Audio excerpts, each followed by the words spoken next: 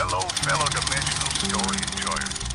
We've been observing Dimension Project Townie for about 2 months now, and it's definitely time for a full recap of everything that's unfolded so far. So, let's jump in with the very first Townie who joined the Dimension. The first Townie, known as OK, joined pretty quickly after the broadcast began. They mostly kept a low profile at first, didn't do a whole lot besides bonding with a wild raccoon and getting some rather questionable tattoos. So let's fast forward a bit from there. A storm rolls in, and right before it hits, another Townie arrives. As the storm rages, it sweeps something mysterious onto the shore, still unnoticed by the Townies.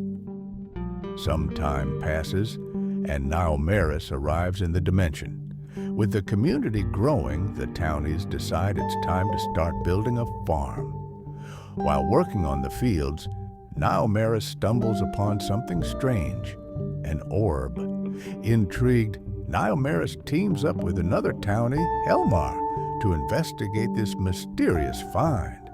The orb appears to hold some kind of magic. It radiates heat when all its glyphs light up. But any further research has to wait, as the orb seems to need time to recharge. While we wait for the orb to recharge, let's catch up on some other events. The town welcomed a sailor, Tirabisson, who bravely set sail to explore the ocean. But their journey was cut short after discovering that the seas are guarded by a terrifying sea monster. With no safe way to sail, the Townies focused on building up the island instead, establishing a smithy, a carpentry, and my favorite spot in the hamlet, Snurdalicious Brew. Anyway, one thing led to another, and before the orb could be examined any further, it was swallowed whole by the sea monster. The orb is lost until that beast is dealt with. Here's where Cactus steps in, a self-proclaimed monster hunter, eager to help the town with its creature troubles. Just as the townsfolk finish building a bridge to the mainland, Cactus gears up, planning to take down a few lesser monsters before taking on the big one lurking in the ocean. On the mainland, they encountered 3 fierce orcs. With a mix of skill and luck, Cactus managed to fight them off, but the battle took everything they had. Exhausted and barely standing, they delivered the final blow before collapsing unconscious in the middle of the field. In the morning, the townsfolk noticed Cactus was nowhere to be seen and set out to search for them. After hours of scouring the fields, they finally found them. With a healing potion in hand, Tuisu revived Cactus just enough to get him back to town. To fully recover, though, Cactus would need a few days of rest. Life in the town continued, and a guard tower was built near the bridge to keep watch for any approaching monsters. Concerned for Cactus's health, Axolotl, the local self-proclaimed witch, decided to perform a ritual to call upon the spirits for guidance and healing. But as she began her incantations, something unexpected happened. Deep in the forest, Axolotl has begun a summoning ritual to aid the monster slayer. Eerie chants echo through the trees, and strange whispers ripple around the spirits flickering in and out of sight. Their motive is unclear, not friendly, not evil, longing to escape and reclaim their bodies. They offer their aid, but only if you inscribe a glyph that suddenly appears in Axolotl's mind. After the unsettling ritual, Axolotl shared their experience with Elmar, the town's wizard, describing a strange glyph that lingered in their mind. Intrigued and hoping to uncover clues that might help defeat the sea monster and recover the orb, the two decided to set off into the world, seeking knowledge about the glyphs and any hidden power that could aid their quest. Meanwhile, back in town, a grand vessel was being constructed under the meticulous direction of Dr. Octocat, designed specifically to face the sea monster. Equipped for battle, the ship needed powerful cannons. But there was a problem. The local mines were running low on iron. In response, Snashy discovers a mountain rich in resources perfect for mining. But there's a catch. It's occupied by the orcs.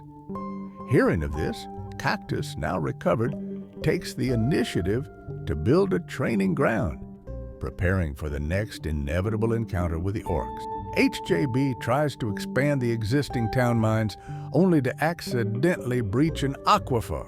As the mines flood, HJB notices a strange green glow, but the mines quickly fill with water, leaving no time for curiosity and forcing them to escape. The town now has a new pond, situated in the middle of the island.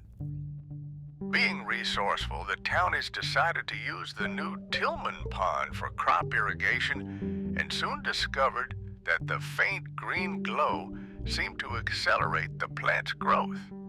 With the crops thriving, it was clear they'd need to expand the farm to make the most of this unexpected boon. Axolotl and Elmar finally return, sharing their harrowing encounter with a cyclops that ambushed their camp one night. With little choice, Axolotl drew the strange glyph, activating it and managing to restrain the cyclops long enough for them to escape. Ever since that night, Axolotl has felt a strange presence around them, as if someone or something is always watching. With all these glyphs appearing, the town decides to establish a magic school to explore their potential. Around this time, an important individual joins the town.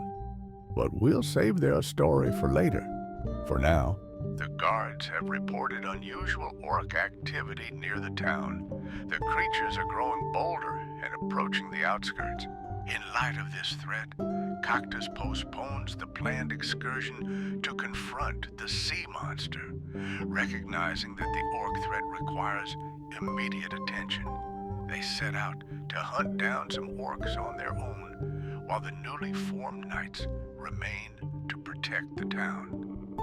Cactus manages to catch one of the orcs by surprise, and a fierce battle ensues. However, the orc quickly retreats, leading Cactus into a trap where he finds himself surrounded by multiple orcs with no way to escape. Realizing they must fend off the attackers, Cactus fights valiantly but begins to run out of energy. Just when things seem dire, the town's knights arrive as reinforcements, splashing Cactus with a newly brewed protection potion and pulling them out of the fray.